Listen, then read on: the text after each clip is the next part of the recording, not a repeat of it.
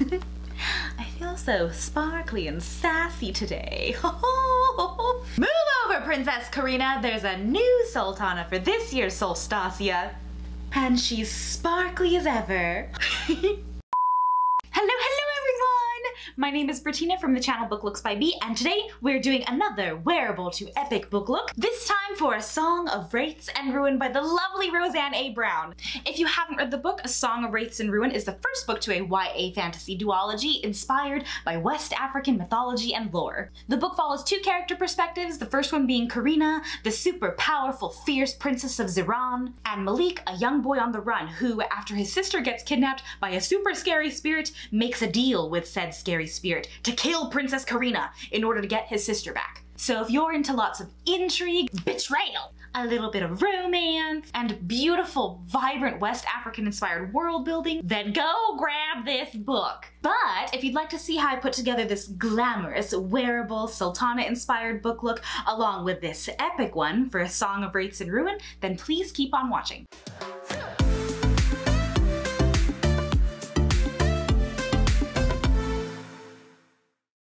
As always, we're starting with a clean bare face, and we're first doing our super sparkly wearable Sultana Eye Look.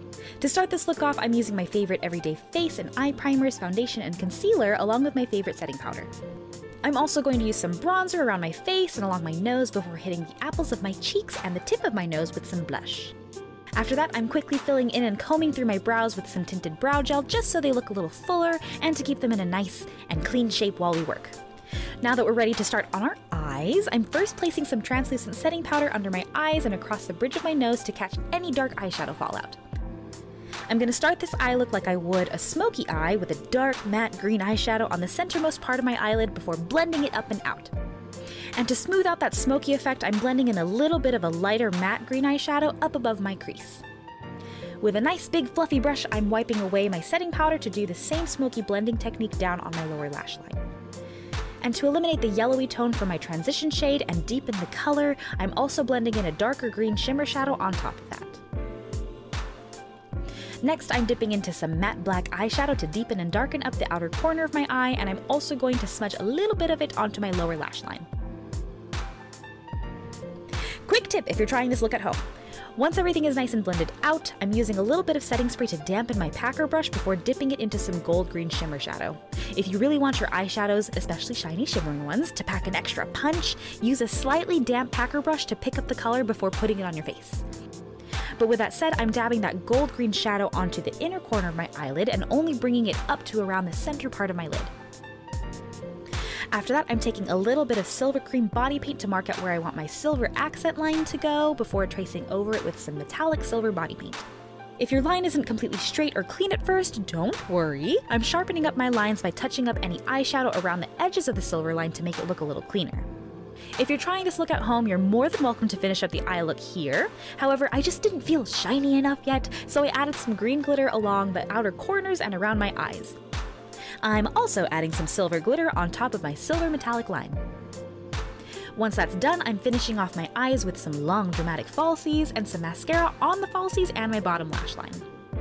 Oh, and for an even more dramatic effect, I'm tightlining my top and bottom waterlines with a black pencil liner just so I look like I'm smoldering all the time, like a fierce sultana. After that, I'm spraying a hefty amount of setting spray all over my face before applying a golden highlighter on all the highlight points on my face. Quick pro tip! Just like we did with our shimmer shadow, if you want an extra oomph out of your highlighter for the ultimate amount of shine, spray your setting spray first, and before it completely dries on your skin, apply your highlighter on top of it. Moving on to our lips, it's totally up to you on what you personally would like to wear with this look. I tried out a natural nude lip at first, but then opted for a taupey neutral lip with a gold gloss on top just to tie in all the gold accent colors from the book cover. Since this is our first wearable look, I'm wearing my hair how I normally would in loose second day curls. I'm also switching my green tank top to a comfy dark green long sleeve, especially if I want to wear this look out on the town during this spoopy cold season. I'm also going to accessorize with some silver jewelry to tie in the silver accessories that Princess Karina wears on the book cover. But once those accessories are on, we are done with this first wearable look! Woo! Alright everyone, here is our first finished wearable look for A Song of Wraiths and Ruin. feeling sparkly, feeling sassy. I might actually wear this out on the town sometime. But now let's make it epic. Cue quick transformation montage!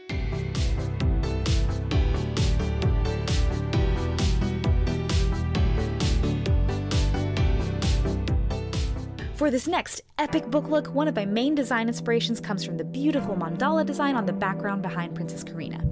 Along with the cover, a lot of my inspiration for this look comes from the story's unique astrology, its magic system, the different deities mentioned in the story, as well as a very special event that takes place in the book called Solstasia. So with that inspiration in mind, the first thing I'm gonna do is try and paint the top of a gown that I would want to wear to Solstasia if I ever got to go to it. And I want this body paint to incorporate the design from the mandala on the book cover.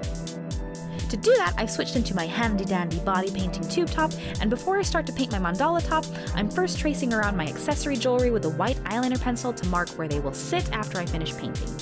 Once that's done, I'm taking my jewelry off and tracing my design around it. Next, I'm dipping into some green body paint and I'm painting on an opaque layer of color as my base for the design.